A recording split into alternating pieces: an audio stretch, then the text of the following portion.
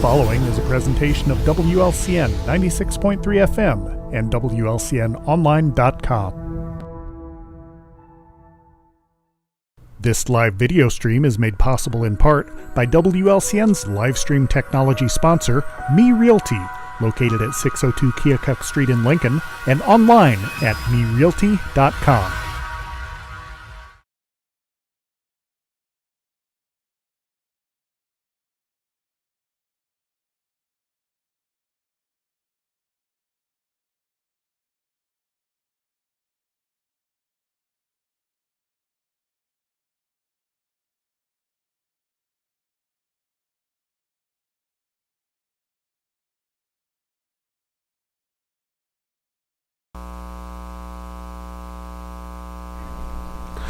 It is 4:02 p.m., time for the 4 p.m. 411 here on WLCN 96.3 FM. I am Loyd Kirby, the marketing manager here at WLCN, and we invite you to stay tuned for the next half hour for the 4 p.m. 411, where we talk with folks from the community and with some different insights and different offerings for the community. And today's guest is certainly no different. We have Molly McCain, the Community Health Coordinator. Correct. For Lincoln Memorial Hospital. So thank you for being with us, Miss Molly. Thanks for having me. And again, no embarrassing pictures of you and my daughter, so I couldn't find those. So I guess we ought to move on to our topic, which is community health. So what exactly is community health, and what does a community health coordinator do?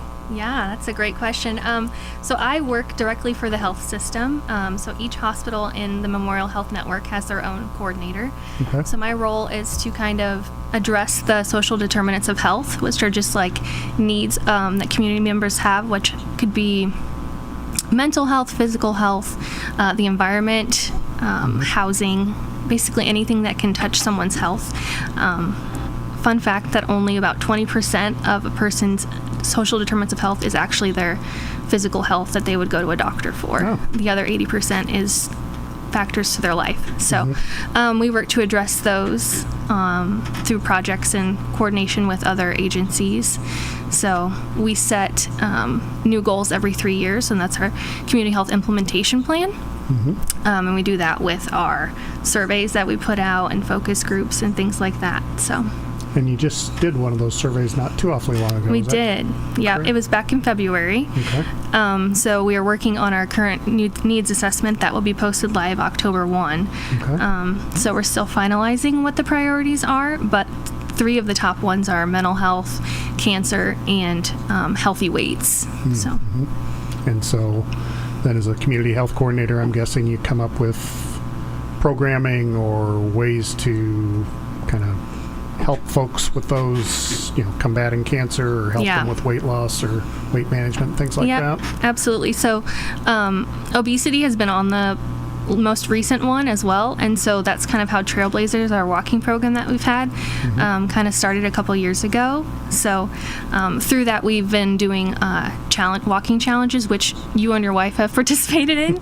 Shout out to Jennifer. Yeah, my wife has participated. I got dragged along one day. Yes. Maybe walk the dog for a lap.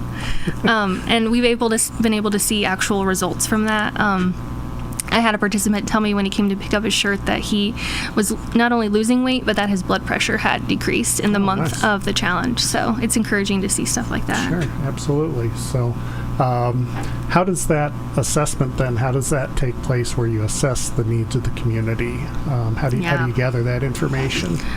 We spend a lot of time data diving into health statistics for our community and comparing it to what they're doing on a more state and government-wide level. And we'll take that secondary data and present it to our external advisory group to kind of see what they think the top priorities are.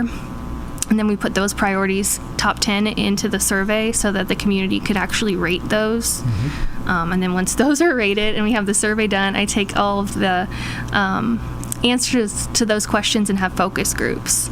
So I had about 10 focus groups in the month of March. Oh, wow. I spent a lot of time talking, but even more time listening to our community members just to see what they thought were the biggest needs.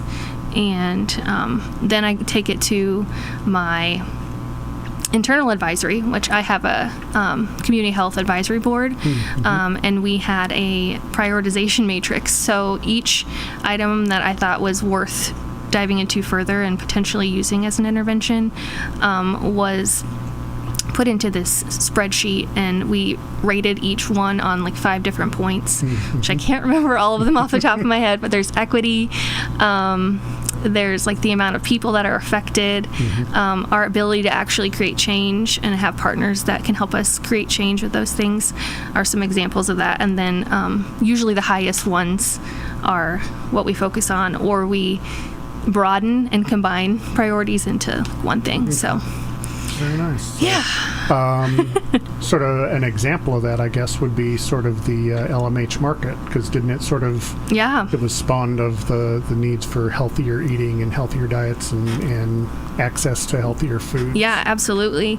I feel like it addresses it in multiple aspects because you're providing local food. You're helping your local economy by having farmers that are from your area.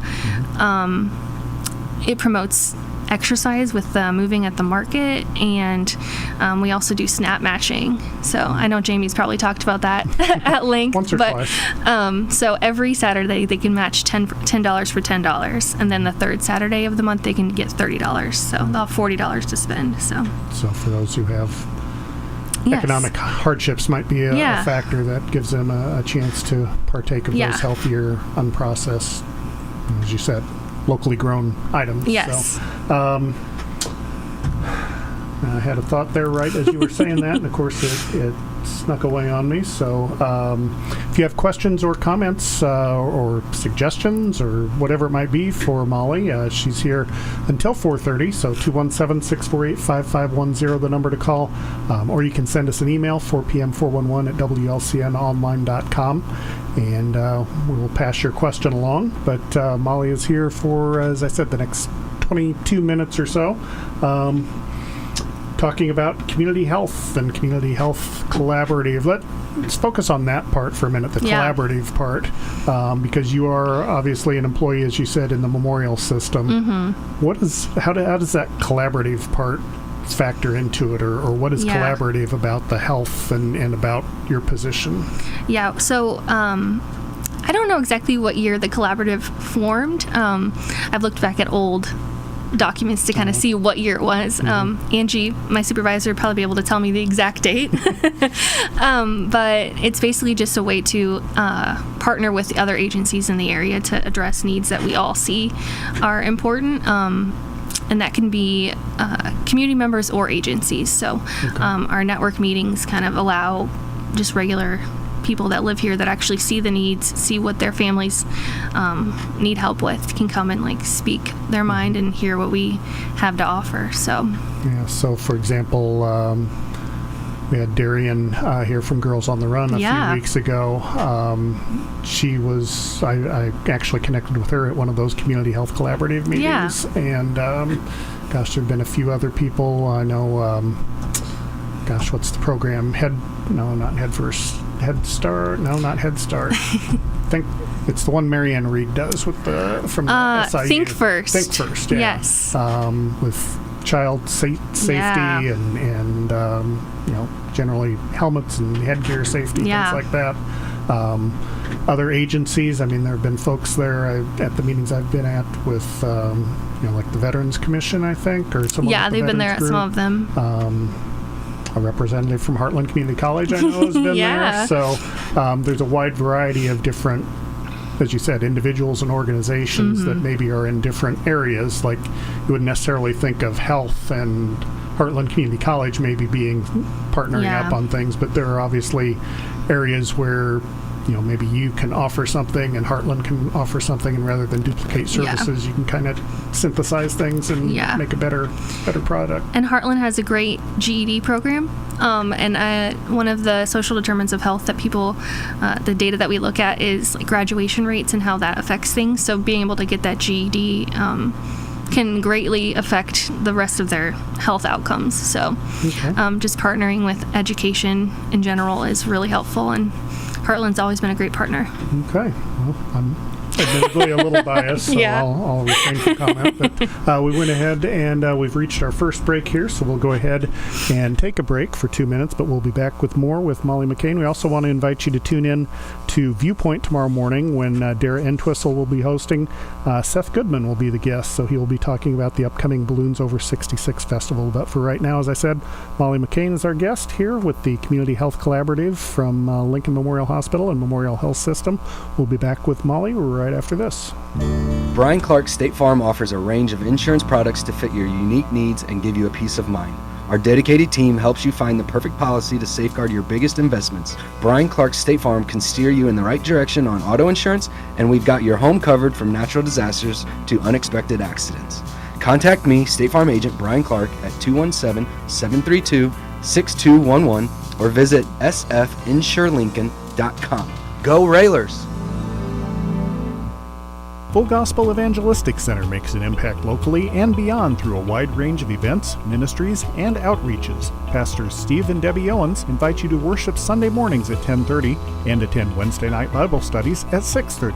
Connect with FGEC online, follow them on Facebook, download their app, and visit their new website at myfgec.org with live YouTube video streams as well as recordings of services and special events. Full Gospel Evangelistic Center, 304 North McLean Street in Lincoln. Whether you're buying or selling your home, the brokers of Me Realty will work with you to get the deal done. As one of Central Illinois' top producing offices for decades, Me Realty has the experience to guide you through the process. You want results?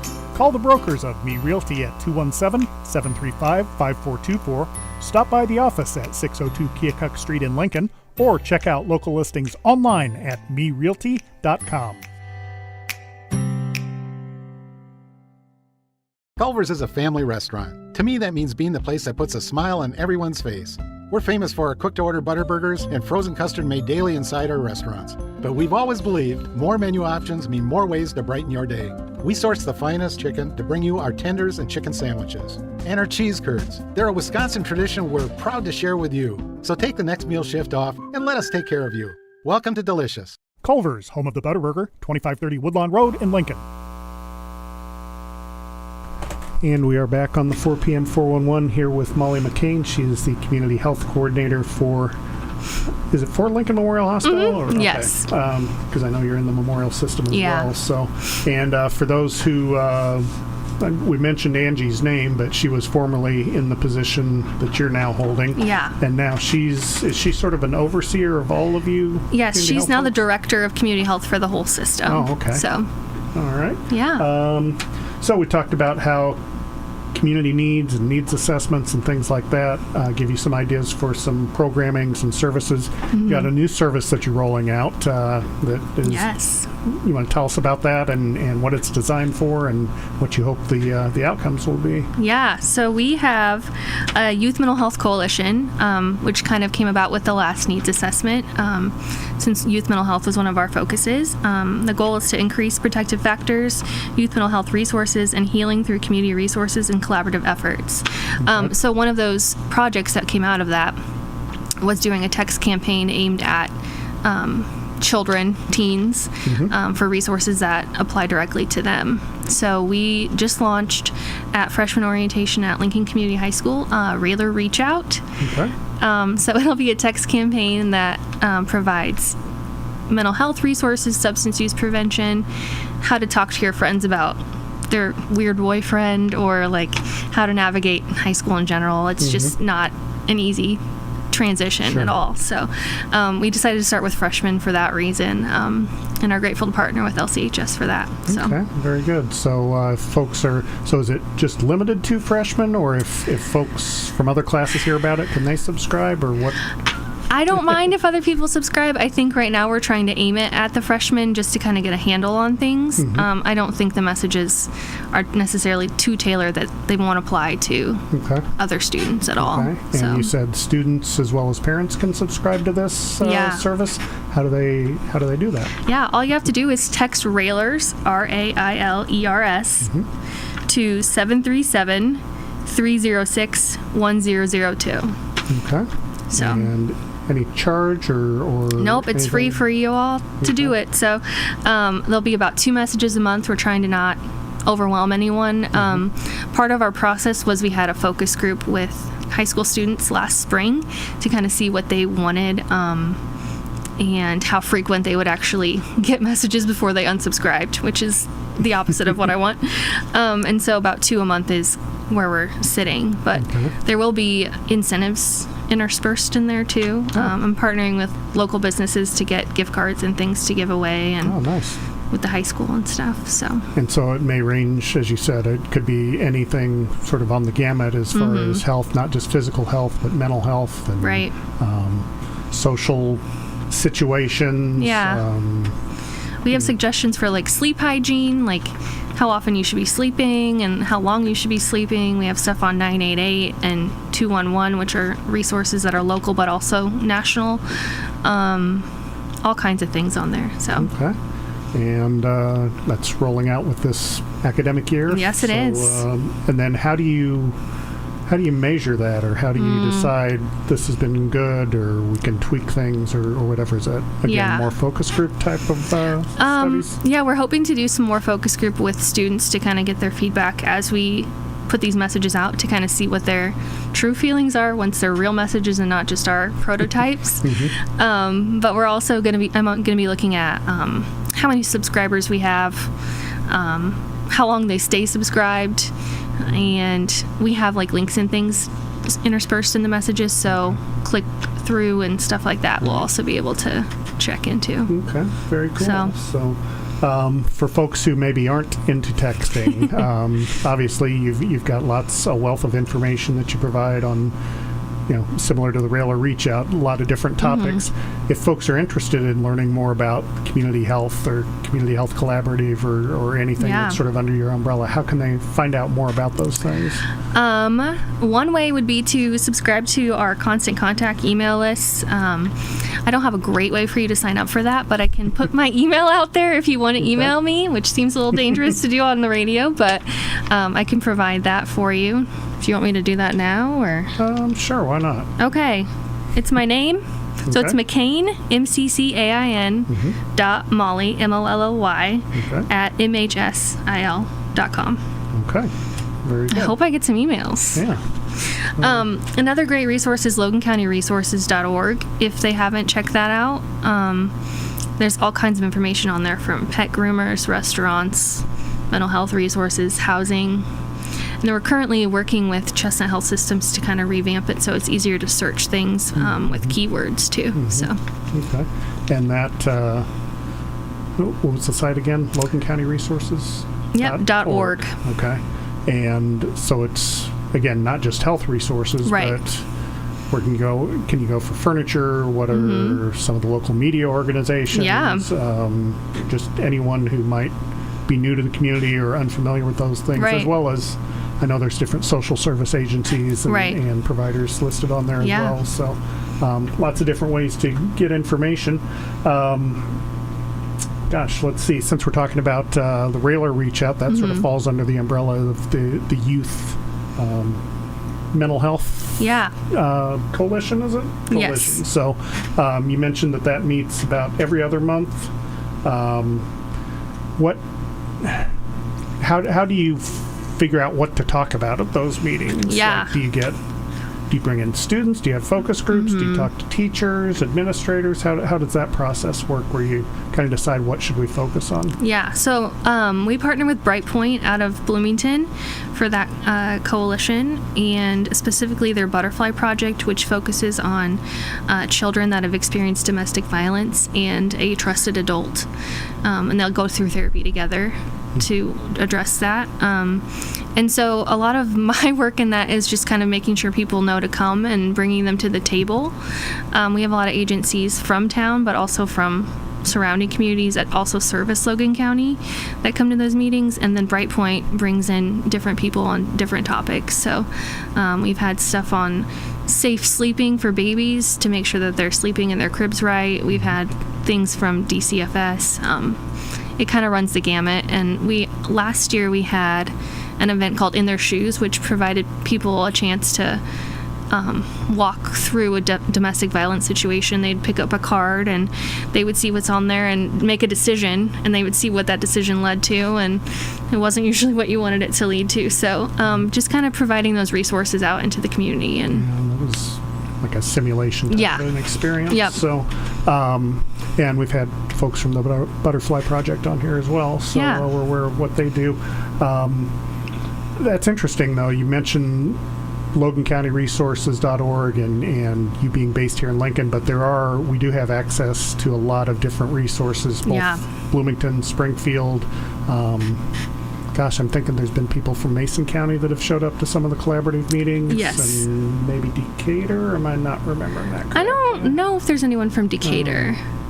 But Chestnut Health Systems is part of our substance use prevention coalition. We partner with them for that one, and they service Mason and Logan County, so they have recovery-oriented systems of care meetings at both of those. So yeah. And I think we've had someone from there on as well. So, but we're at just 20 minutes past the hour, so we'll go ahead and take our second break. Once again, if you have questions for Molly McCain, the Community Health Coordinator for Lincoln Memorial Hospital, 217-648-5510, the number to call. We'll be back in 2 minutes with more after this. Brian Clark State Farm offers a range of insurance products to fit your unique needs and give you a peace of mind. Our dedicated team helps you find the perfect policy to safeguard your biggest investments. Brian Clark State Farm can steer you in the right direction on auto insurance, and we've got your home covered from natural disasters to unexpected accidents. Contact me, State Farm Agent Brian Clark, at 217-732-6211 or visit sfinsurelincoln.com. Go Railers! Full Gospel Evangelistic Center makes an impact locally and beyond through a wide range of events, ministries, and outreaches. Pastors Steve and Debbie Owens invite you to worship Sunday mornings at 10:30 and attend Wednesday night Bible studies at 6:30. Connect with FGEC online, follow them on Facebook, download their app, and visit their new website at myfgec.org with live YouTube video streams as well as recordings of services and special events. Full Gospel Evangelistic Center, 304 North McLean Street in Lincoln. Whether you're buying or selling your home, the brokers of Me Realty will work with you to get the deal done. As one of Central Illinois' top producing offices for decades, Me Realty has the experience to guide you through the process. You want results? Call the brokers of Me Realty at 217-735-5424, stop by the office at 602 Keokuk Street in Lincoln, or check out local listings online at merealty.com. Culver's is a family restaurant. To me, that means being the place that puts a smile on everyone's face. We're famous for our cooked-to-order butter burgers and frozen custard made daily inside our restaurants. But we've always believed more menu options mean more ways to brighten your day. We source the finest chicken to bring you our tenders and chicken sandwiches. And our cheese curds. They're a Wisconsin tradition we're proud to share with you. So take the next meal shift off and let us take care of you. Welcome to Delicious. Culver's, home of the Butterburger, 2530 Woodlawn Road in Lincoln.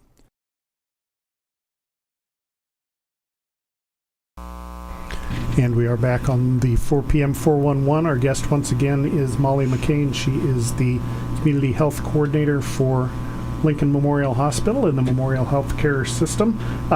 We've pretty much covered our agenda, but one thing we haven't talked about that I saw you had noted on here, the Substance Use Prevention Coalition.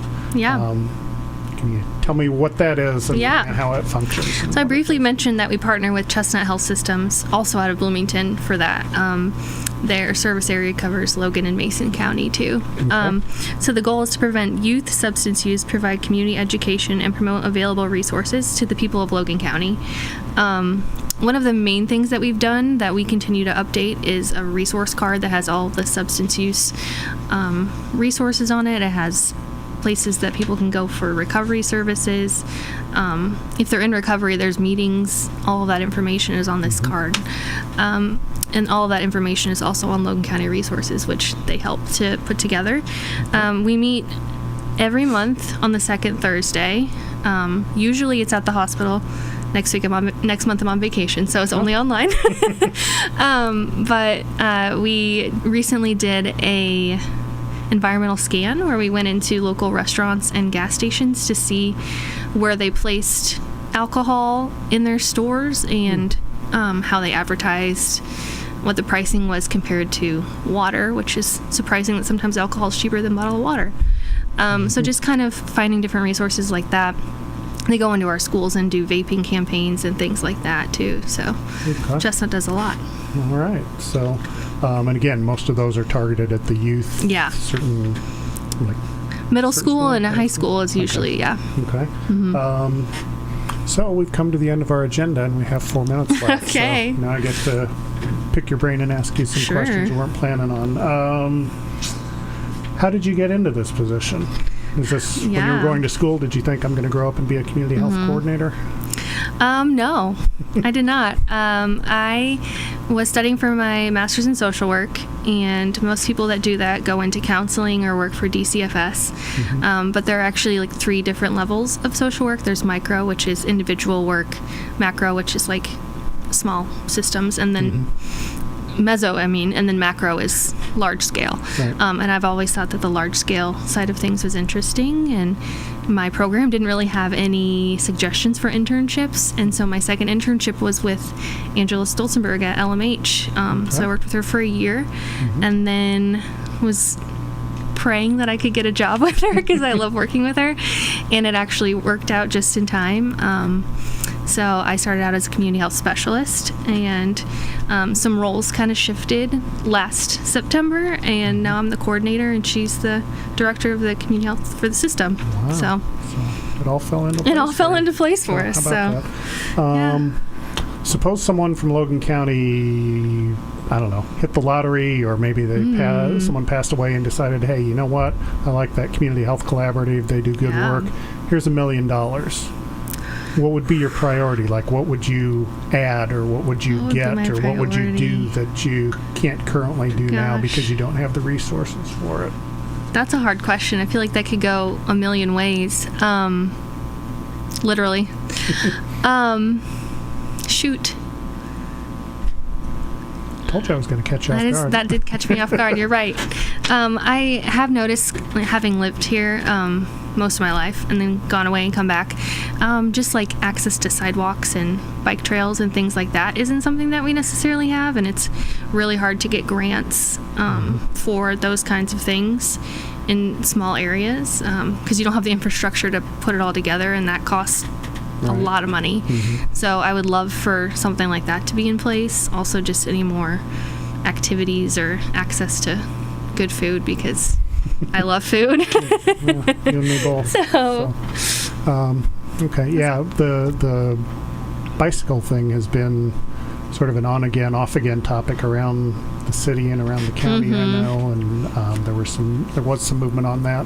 I'm not sure where it stands right now, but I agree. That would be something, either a biking trail or something that would sort of lend itself to better bicycle access rather than having to ride transportation. on the side of the road. Yes. Let's see. What about 5 years from now? 5 years from now, what would you have hoped you have accomplished in this position, or what? I guess let me ask you this: what is sort of the number one, or maybe the top 3 sort of things you're passionate about when it comes to community health that you'd really like to? Maybe not necessarily focus on, but like move the needle and make a significant difference on. Well, as a typical MSW, mental health is always in the forefront of my mind. I think we've all had some experience with mental wellness in some part of our life, and especially since 2020, I think everyone's experienced something. So moving the needle on just having more access to that care that's affordable for everyone to be able to have access, and not just those with really good insurance. And just more providers, I think, in that arena too. And then just people taking care of their bodies, physically, mentally, emotionally, just understanding that it's all equally important. Also just love for people to never have to worry about having somewhere to live. That's housing is, if you don't have housing, a lot of things are hard to do. It's hard to get a job, it's hard to get a driver's license, it's hard to do. So okay, well, good luck with that. I don't think that's going to get done in 5 years, but you never know.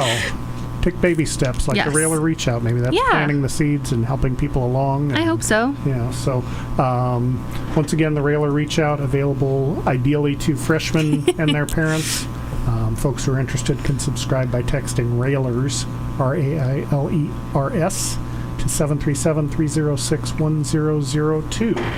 And are you feeling brave? Do you want to put your email address out there one more time if folks have questions, or a phone number they can call, or something like that? They can call my work line too. Okay.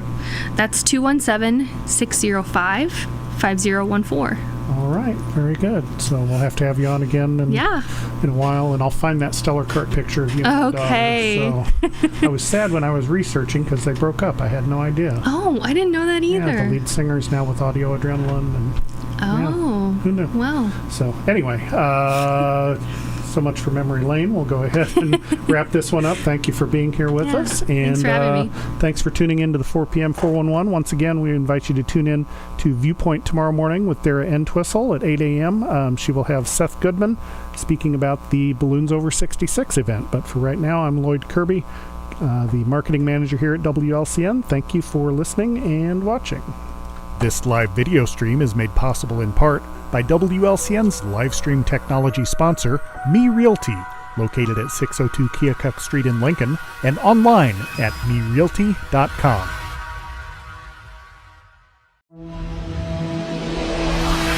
The preceding program is a presentation of WLCN 96.3 FM and WLCNonline.com.